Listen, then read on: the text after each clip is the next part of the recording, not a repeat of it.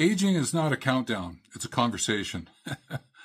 And I say that because it's a conversation that you're having between where you come from, what you've been doing, what you're doing and where you are now, and thinking about the future and bringing that into the present. It's a conversation. So you're having it with others as you are having it with yourself. When you start to look at it from that perspective, you're not then thinking about aging as a decline. You're thinking about it as a growth. Now, along that pathway, things are going to be shifting. Now, they probably shift a little quicker, where we might have talked about years and decades when we were younger. It may show up in months. Hopefully it's not in minutes, but in months. And it's that conversation that if we tap into and we find ways in which to bring that conversation through a lens maybe of fun, freedom, and fulfillment, or something that is simpler, deeper, better, kinder, wiser, just reframing it, I think we've got something there to work with. And that's what I went out and did for myself was, what is aging about? That word aging, and what's involved with it. And I did it so that I could write a book. And the book is called I've Never Been That Age Before. Makes sense. I've not been 72 before. Here I am. And by sharing this book and some of the insights that are in that with you, whether you get a hold of a copy, and down below I'll let you know how you can do that in the comments section, or you just take bits and pieces of it, great. Maybe this video is enough for you to think about it in a little bit different way. But what I'm going to do is just mention the key aspects that are in that book to help us bring a conversation about aging to the foreground. Now, just before I do that, I have to share a quick story with you. I was having a conversation with some youngers. They were in their teens. And one of them, I don't know if they intentionally meant it this way, but this is what they said. I'm really getting tired of this aging thing. And I had to laugh. 19, I'm getting tired of this aging thing. It was like years and years and years ago, I had a younger come up to me, little child. I was an outdoor leader involved with children's playgrounds and that. And you have to appreciate I'm 6'7". And then the child said this to me, "Can I call you tall for the short of it?" And I just been catching phrases like that. And this is the latest one, is I'm so done with aging and I'm 19 years old. And I went, whoa, we've got a lot more to share and talk about. And we had some conversations that went on from there. But that sort of kicked in a confirmation of what I was writing about in the book. And so I have here on the screen is the reminder of the aging, curation, mentoring, legacy, legacent progression, of which I'm popping up and looking at the aging one. And now on the screen, what you're doing is you're seeing the words, and these are the sort of the chapter headings from the book.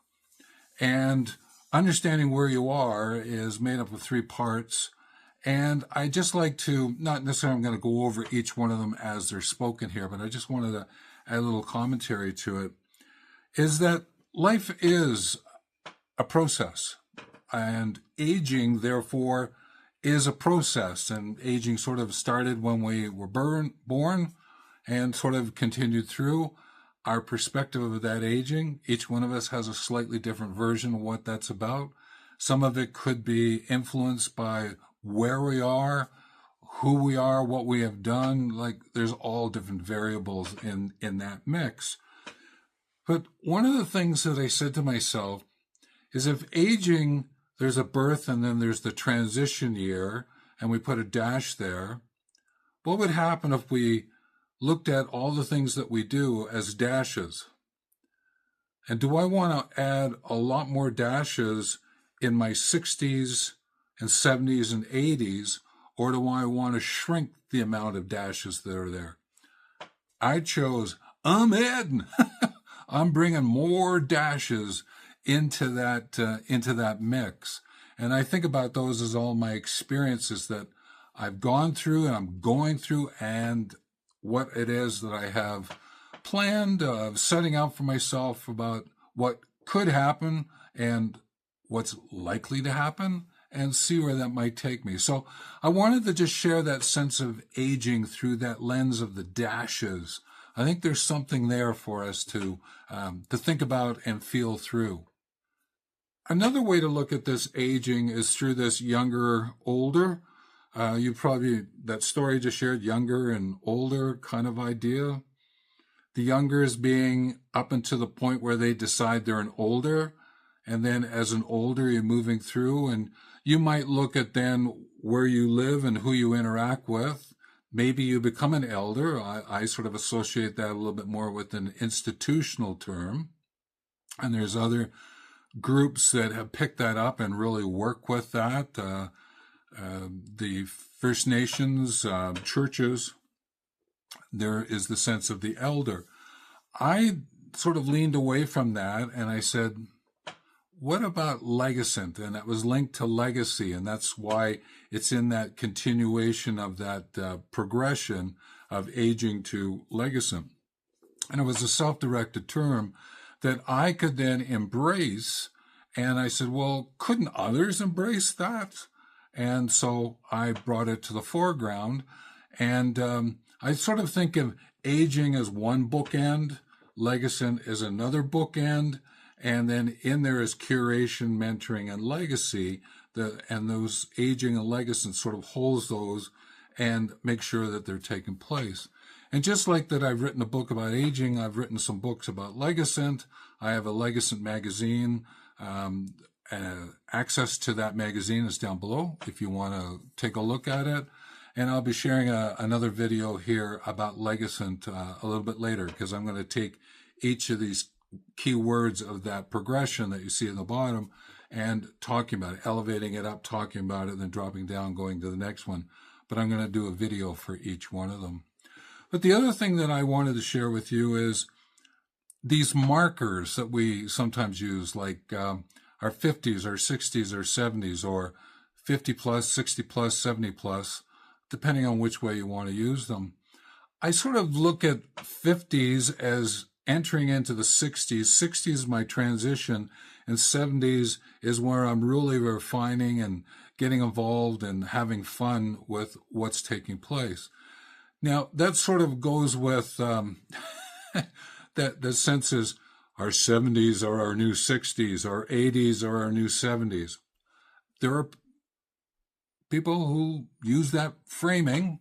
I don't. I just sort of took and said, okay, I'm just going to use this 50s, 60s, and 70s. And so where am I in all of this? I'm in my 70s, so I'm really enjoying taking it out and getting innovative with what it is that I want to get to happen now. Whereas maybe my 50s is that I'm being more creative. I'm coming in, figuring out what I want to do, 60s, figuring it out, and 70s. So I'm into that 70s expression of innovating what's possible with what's taking place. So I'm having fun doing it. And so I ask you, where are you, 50s, 60s, 70s? What's happening for you? Drop some comments down below so we can learn together and see if these markers work for you, or have you got your own idea about what's possible here. Referencing the book again, in sort of the second section, I'm talking about ways to age and safety. Now, when it comes to the confidently, gracefully, naturally, I share some stories and some characters that I've met were sort of composites of people I've had conversations with over time. And I just sort of outlined them. And what's happened is in my other conversations is people say, well, I really like the naturally because I'm connected to the outer doors. Someone says gracefully. I like that one in terms of grace and hope and faith and bringing it in. And then others have taken up confidently and going, hey, those are really great words. So I shared a little bit, and in the book you can figure out maybe which of those three. But if you just look at the words now, aging confidently, gracefully, naturally, which one pops up for you? Which one sort of says, here I am, and you take a look at yourself? Because one of the things that I encourage is taking some reflective time and just sitting down and having a conversation with yourself about what is aging. And if you pick up the book and these areas in the book spark something in you, then in a sense, write your own book about aging, your own experience of aging, and see where it might take you. You may actually get to a point you might want to write the book and publish it, even if it's only a contribution for family and friends. Could go wider. You never know. Just give it a tap and see what happens for you. But when it comes to the safety aspect of it, I put it here because of this confidently, gracefully, naturally. And I'm reminded of this one the other day when I slipped on the ice. The road had just been plowed with the new snowstorm that came through, and I fell on my back. Now, I still remembered from years ago, sort of muscle memory, how to fall backwards and not hurt myself. And if I'm falling frontwards, I tend to do my volleyball roll, even in my 70s. But this time I fell backwards, so I remembered how to dissipate the force so it just didn't hit one spot. I just put it out across my whole body. And I just took a couple of seconds there to just check, and seemed everything was okay. And I got up, and there's a few people came to their doors and their houses and asked if I was all right. I said, oh, yeah, sure, I'm okay. And off I went. Well, what it reminded me of from a safety point of view is if you can remember to know how to fall, great. But more importantly, as we age, do you know how to get up? It's an important aspect. Do you know how to get up if you were to fall, or you found yourself in a bit of a tight position? Do you know how to do it? Do you have the strength to have that happen? And I've always remembered that, and I've kept that up for myself, is I know how to get up if I fall over, or I end up in a really soft chair and I'm really into the chair. From a safety point of view, how can I take care of myself and get up from there? And so that's what I mean from a safety. And so creating the safe systems to work with and the safer practices for yourself. And as you're aging, more people will probably get more involved with that as time goes by. So again, just a touch base with those key words. The next section in the book shares insights about who you age with. And this one became very interesting is because of my own awareness is that I'm a solo ager. I don't have family here really close. There's family quite extended away from here. So essentially, I'm living my life by myself. There are some friends around that could give me of assistance, but essentially, I'm soloing the living of my life at this point in time. Now, there are others who are grandparenting, and maybe others are partnering with someone else. And I said, well, that's actually three interesting ways of looking at who am I aging with. Now, you can extend that out in terms of friends and colleagues and all that. I agree. But if close by, what does it mean? And what might you need to do to awaken others to where you are in your living? Because living is this process. Aging is this process. Things are happening along the way. And sometimes how you may have looked at how you lived a couple of years ago is different than how you're going to live now and what you might project for yourself coming up. So who's around with you is to be alert to that and see where that might take you. But the interesting thing, when I drew the drawing of it, it sort of looked a little bit like years ago, the peace sign. I don't know if you remember it. I'll put an image out here. it's three aspects, one third of a circle. And I just had a giggle about that, considering years ago that was something that touched bases with during my 60s and 70s. So I just thought it was kind of, oh, here's a little full circle event for me. The next area that I shared some thoughts about was what you're working with. And with this came about playing with words. And that's something, if you know me, now you might know me. People always say, you're always playing around with words. I go, yeah. So I happened to take a look at health and said, where am I from a health point of view? But then I saw before health was hearth, where I got the sense of heart and earth together. So there was hearth. But if I switched out a letter, I got health. And what were the health aspects of my life? And then if I played with another letter, I got wealth. And not necessarily just about the finances, but what is it that you have to be able to offer into community? The wheel, W-E-A-L. You can look that up if you're not familiar with it. And then if I switched wealth to wealth with an L, and wealth being about well-being and well-living to the nth degree, which was linked into my company, Wealth Movement.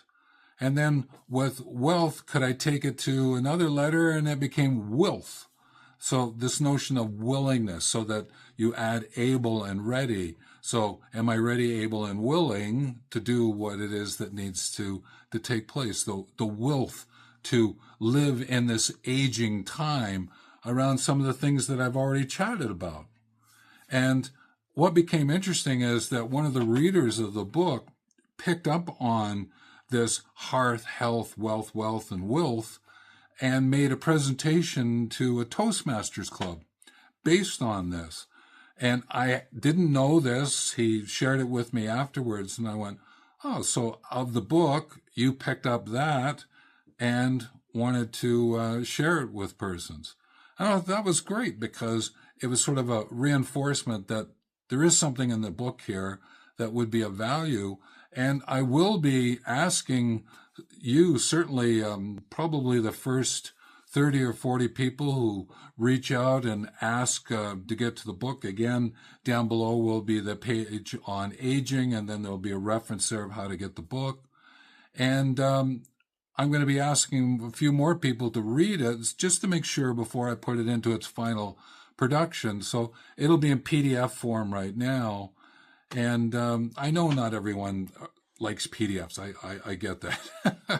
But I still need to keep it in that stage, but I want to get it out there. And if you read it, then there will be a certain number of you who will get a paperback version of it for reading it. So the request will be on that page on aging. The other thing here is, if I'm thinking about it through these sort of 5 lenses that I've just mentioned, another thing that really helped me was steep. And it was about this word that I used over many years of my work in organizations, because I needed to steep myself in what was happening if I was going to do team development, organization culture. And it was social, cultural, technological, environmental, economic, and political. And I said, that actually still applies. And I said, hey, and it applies in the aging book. Yeah, so I wrote about it and used lots of examples of different persons, again, composites of people I've known, had conversations with as they interacted. And I'll state here is, I tend to lean into the social, cultural, technological, environmental. And there are others who go into different aspects of that in deepness, like from a health point of view. There are people you can chat with around health and aging. There's others who are doing technology. If you want to pick up and say, hey, listen, I think it's time to start up a YouTube channel from a technology point of view. But I've chosen not to go into the economic and the political. So I won't be sharing insights about wealth, W-E-A-L-T-H. I won't be getting into the political aspects of what's taking place. Not to say that those aren't important to me, but I'm just not going to put them into the videos or write about them. There are others who are better suited to do all of that, and you can tap into them. There are more people who are smarter than I around those topics.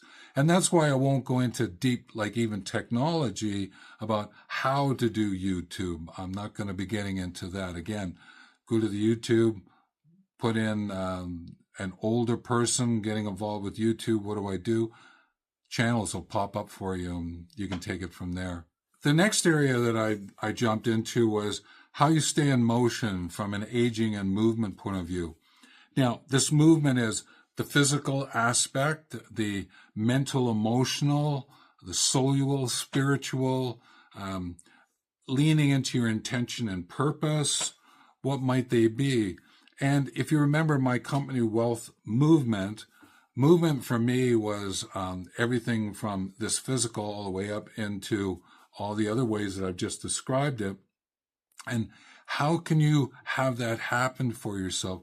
So I massaged all of what it is that I've been doing over the years and wrote a section that sort of speaks to how to keep this movement up and going, and using some examples again with people I've met who are asking some questions and making some points about how they were living. And then I'm adding this holistic aspect in terms of everything's interconnected, even the sense of this movement of the 5 areas of movement and the aging and the different partnering and aging solo and all the things that I've been chatting about. There's an interaction that's taking place. And so I just wanted to bring the word holistically in, and this is where I brought it in, just to be able to encourage you to stay in motion holistically, playing with all the different variables. Now, some of these you do on your own anyway, but maybe there's areas where you could just do a little bit more, tighten it up or loosen it up, depending on what's going on, and see what takes place for you. So again, that would be in the 5th section.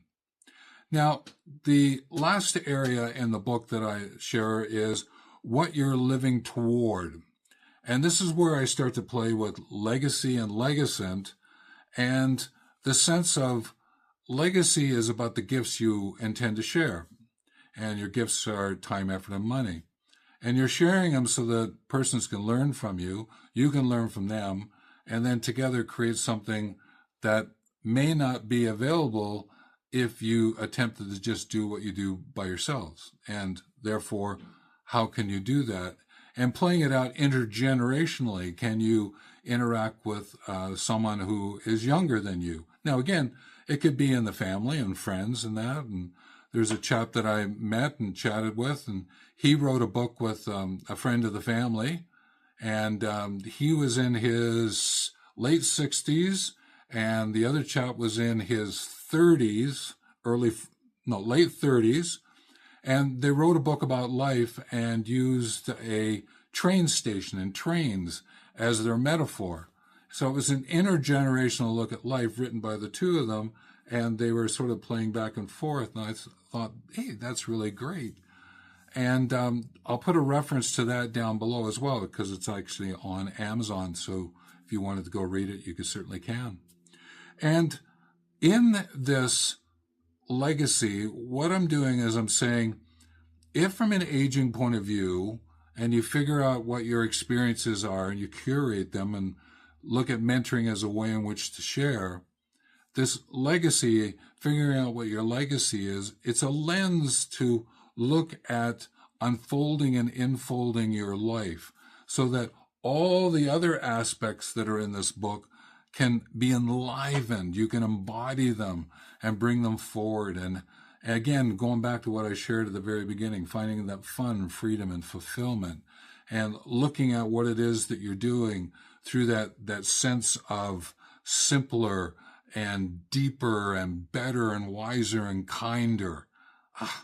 I just love that combination, actually saying those 5 words, because It's a way in which to really say, I'm here.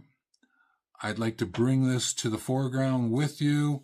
And when you reach out, whether family or friends, intergenerationally, I've mentioned, from a solo point of view, maybe finding other solo agers, getting together and having conversations. There's lots here. So when you grab a hold of this book, I've never been this age before. I think there's a lot of really interesting thoughts and actions that you can take up, and grab a couple and maybe work on them for a month, grab another couple, work on them for a month, and maybe write about them somehow.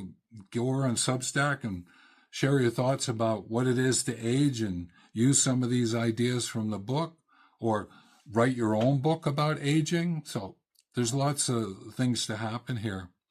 So I shared this with you so that you would have a way in which to grab a hold of something and really use it to inform yourself. One of the great things about the word youth, and I'm linking it to aging here, there's UTH. So if you do you to the nth degree, and what it is that you enjoy doing while you were younger, there's elements of that you will find when you're older. And finding the youth aspect of being you. Now, I know there's a phrase, be you because everyone else is taken. There is that phrase that pops up here and there in the literature. And it's and I'm going back to youth, the youth, TH. You, to the TH, to the nth degree. That's what I would hope you pick up on with this book and take it forward. Now, remember the one chap picked up the 5 lenses of the hearth, health, wealth, and wealth. That was great. Someone else picked up on the intergenerational storyline, and they had written about it and then were willing to share with me. So maybe there's something that you find yourself doing. Add it down in the comments section so we can learn together. That would be wonderful. And pick up this book, again, on the website. There will be a reference to it that you can find and get this started. Again, I just remind you, the book isn't in its final format. I'm asking some readers to get involved with it. Maybe later on there'll be more of a formal launch of the book. We'll see how things go. It's an actual resource. I wrote it so that I could get a lot of what was sort of happening for me in and out. To sort of think about, I was seeing what was perceiving from the outside and bringing it into me, and then my perspective that I wanted to unfold for others, and the interactions of that perception and perspective is my point of view. And if I did it holistically from the heart and reciprocate, then I thought that there's something here. I think I could be of value to someone so that they could understand and value their aging. So thoughts down below, again, would be greatly appreciated. Around here now, you will see videos that are recommended for you. And always and in all ways, take care.